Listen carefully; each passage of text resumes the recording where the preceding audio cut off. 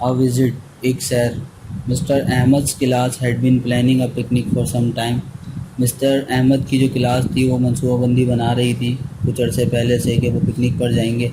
The headmaster had allowed them a day outing and they were to go by school bus. तो उनके head master ने उन्हें outing यानी बाहर जाने की इजाज़त दे दी एक दिन के लिए और उन्हें स्कूल बस से जाना था. They were naturally very excited. वो कुदरती तौर पर बहुत खुश थे. Mister Ahmed arrange the visit to a farm with mister Hasan. ठीक है ना. कॉमा उसका प्रोफेशन बताया था manager of the model agriculture farm. ये पूछ सकते हैं मिस्टर हसन कौन थे. मिस्टर अहमद कौन थे. वो क्लास टीचर थे. पिकनिक अरेंज करी एक तरह की, या विज़िट अरेंज करी एक मॉडल फार्म की, एग्रीकल्चर फार्म की, ज़रात के. ठीक है ना. मिस्टर हसन के साथ जो कि मैनेजर थे मॉडल फार्म को. It was a pleasant day in April. ये अप्रैल का खुशगवार दिन था. Mister Ahmed and his class reach the model farm. वो मॉडल फार्म पहुँचे हैं मिस्टर अहमद और उनकी class. Mister Hasan receive them at the gate. उन्होंने उनको गेट पर जो है रिसीव किया एंड शोड देम अराउंड. ठीक है ना. और वो लोग इर्द गिर्द थे उनके. और the boys had no idea that an agriculture farm could be so large and interesting. लड़कों को कोई अंदाज़ा नहीं था कि ज़रात का जो फार्म होता है ये कितना बड़ा होता है और क्या होता है इसके अंदर और कितना दिलचस्प होता है. उनको कुछ अंदाज़ा नहीं था. It was a wheat harvesting season. ये गंदम की फसल की कटाई का सीज़न था. द पार्टी सा. अब पार्टी जो है उन्हें लड़कों को कह दिया, कंबाइन कर दिया. पार्टी सा a huge machine called the combine working in the vast wheat field. अब ये जो पार्टी थी यानी ये जो लड़के थे इन्होंने एक बहुत बड़ी मशीन देखी जिसका नाम कंबाइन था. वो काम कर रही थी बड़े वसी एरिया में, बड़े पैमाने पर काम कर रही थी गंदम के खेत में. It cut the crops and tied into sheaves. तो वो जो है उसको क्या कर रही थी, काट रही थी और उसको बांध भी रही थी बंडल्स में, शीव्स में. विद वन स्विप, एक ही झटके में या एक ही बारी में. It seem to eat. वो दिखाई दे रहा था कि वो बहुत बड़ा एरिया जो है वो खा रही है गोल्डन क्रॉप्स का. Which came out tied into a bundle at the other end. एक बहुत बड़ा एरिया यूँ मशीन चलती आ रही है, खाते जा रही है. वो एरिया ख़त्म होता जा रहा है, मतलब घासें गायब होती जा रही हैं गोल्डन सी, और पीछे से बंडल निकलते जा रहे हैं. अभी हम ये देखेंगे भी नेट पर. The wheat then went to the thresher. अब वीट उसने निकाल ली. ठीक है. वीट कैसी होती है तुम्हें पता है. वो बालियाँ कहलाती हैं, है ना. यूँ करके निकली हुई है, उसके अंदर यूँ निकली है, उसमें लगी हुई. अब वो तो तोड़ ली पूरी, जमा कर ली और बंडलों में बांध ली. इसमें मोर का एक पर है ना, कई सारे मोर के पर बंडल बांध लिए इसने कंबाइन मशीन ने. अब चने से छिलके के भी तो अलग करना है, तो उसको चाफ कहते हैं. The wheat then went to thresher machine के अंदर फिर हो जाती है. Which separate the grain from the chaff. मतलब थ्रेशर क्या करती है, separate grain from the chaff. ठीक है. मैंने हसन को भी ये कल बताया था. पुराने ज़माने में क्या होता था, मैं जब साइंस पढ़ता था 7वीं क्लास की, तो पहले के लोग क्या करते थे, हवा इस तरफ के रुखती है तो क्या करते थे, उनके पास इस तरीके का एक लोहे का बनाया हुआ होता था उन्होंने. ठीक है ना. कुप्पी जैसा कुप्पी. तो वो क्या करते थे, इसके अंदर चना और उसके छिलके होते थे, यूँ करके फेंकते रहते थे ऊंचाई पे चढ़ के. टब रख लेते थे तो ऊंचाई पे चढ़ के फेंकते रहते थे. तो चने तो नीचे गिरते रहते थे जो इनका कंटेनर होता था, और वो हवा इस तरफ की चली होती थी, छिलका उड़ते रहता वो तो जाता रहता. इस तरह वो अलग करते थे. लेकिन अब थ्रेशर मशीन आ गई. From one end of the machine fail golden rain of sweet smelling wheat. From one end of the machine यानी थ्रेशर मशीन के एक एंड पे क्या हो रहा था कि सुनहरे जो है ना, ऐसा लग रहा है सुनहरी बारिश हो रही है और बड़ी खुशबू आ रही थी मीठी मीठी सी. सही है ना. और wild chaff fill you out at the other. Chaff जो था वो यानी छिलका जो था वो दूसरी साइड पे उड़ के जा रहा था मशीन के.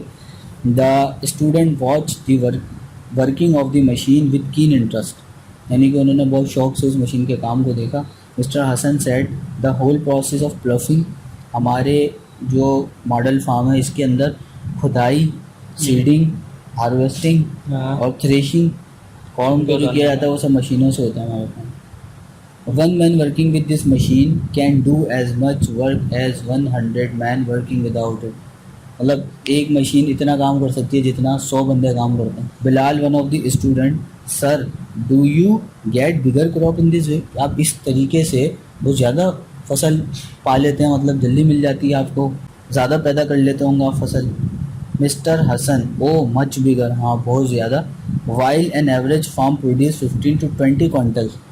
15 से 20 एक आम जो होता है ना फार्म, वो 15 से 20 क्विंटल्स बनाता है वीट के for every hectare.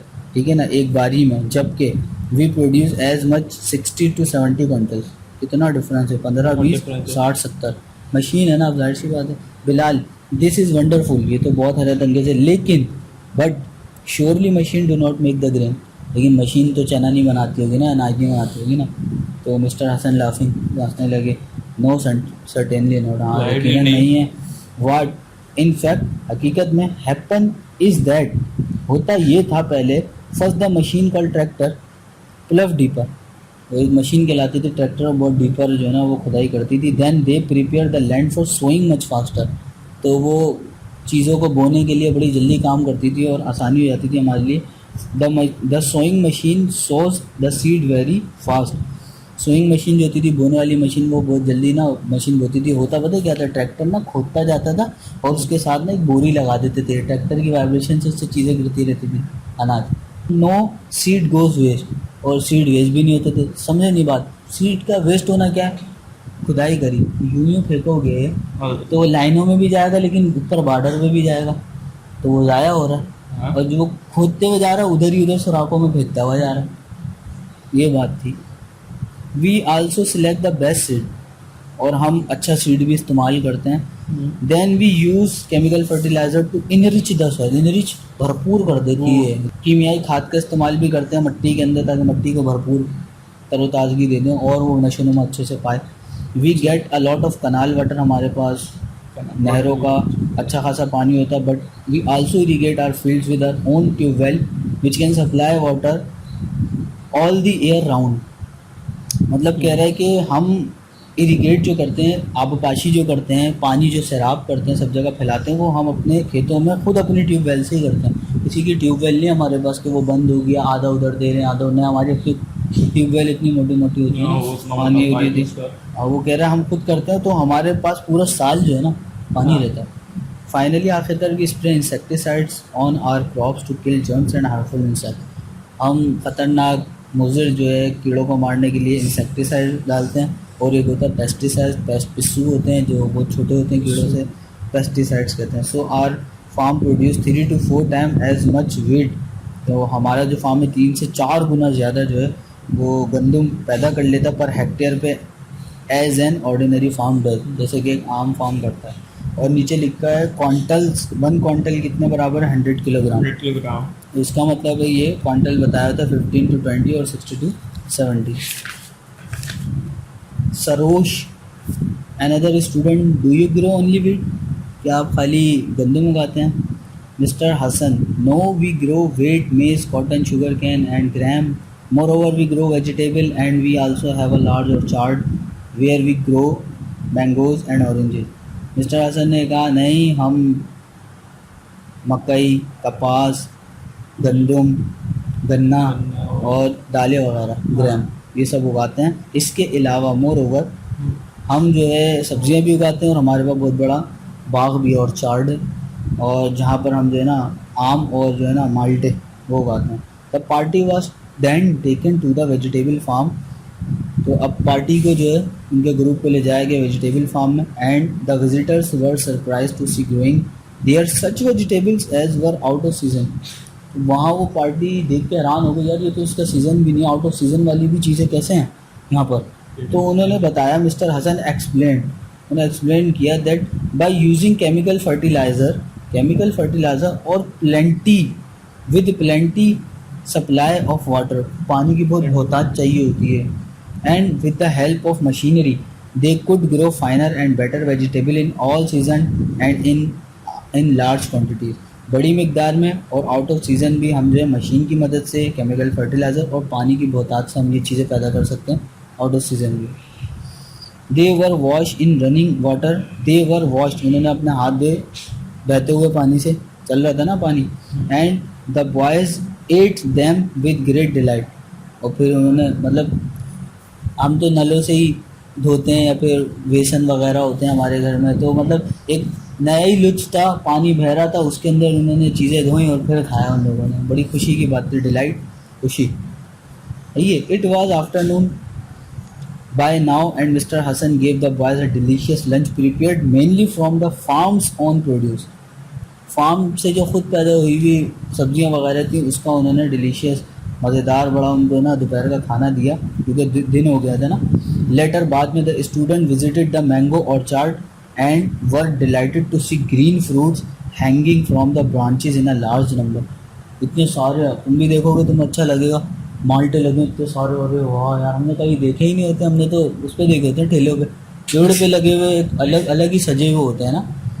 The trunks of the trees had been white wash with lime and ground below was neat and clean. कह रहा नीचे का जो ग्राउंड था ना वो एकदम साफ़ सुथरा था, क्योंकि अगर वहाँ गंदगी होती तो कीड़े इस पर आते, जब इस पर आते तो वो ऊपर भी चढ़ता। तो they did not see any weeds और वाइल्ड ग्रासेस। देखो और आ गया वीड्स का मतलब वाइल्ड ग्रासेस, जंगली घासें दिखाई नहीं दे रही थी आसपास। Mr Hasan told them that it was necessary to protect them from pest and diseases which destroy plants as well as the fruit.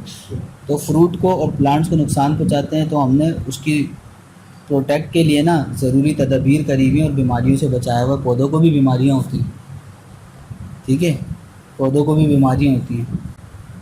Mister Hasan also told the visitors that the farm had been doing so well.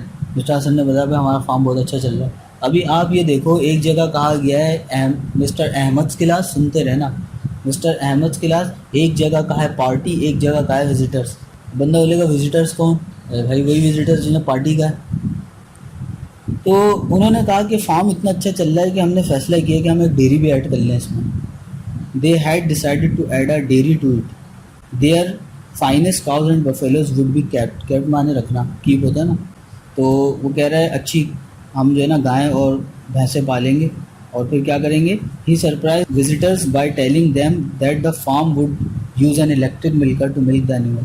यानी कि उनका दूध निकालने के लिए electric मिल्कर होगा, यूँ हाथ से निकालेगा ना, इलेक्ट्रिक मिल्कर होगा। तो वो लोग हैरान हो गए visitors. Modern machinery would make cream and butter and preserve the milk. Modern जो मशीनरी होगी वो क्रीम बनाएगी, मक्खन बनाएगी और दूध को जो है बचाएगी, यानी दूध को ख़राब होने से बचाएगी। He promise to invite Mr Ahmed and his class when the dairy started working. उन्होंने वादा किया कि मैं आपको बुलाऊंगा जब डेयरी हमारी स्टार्ट होगी ना, तो फिर हम आपको बुलाएंगे दिखाने के लिए, वादा कर लिया। Mr Ahmad thank him. Ahmad ने उनका शुक्रिया अदा किया। The boys were really happy with their visit and cheered loudly when they left the farm. तो फार्म से निकल रहे थे, बहुत खुश थे, खुशी से चिल्लाए लड़के।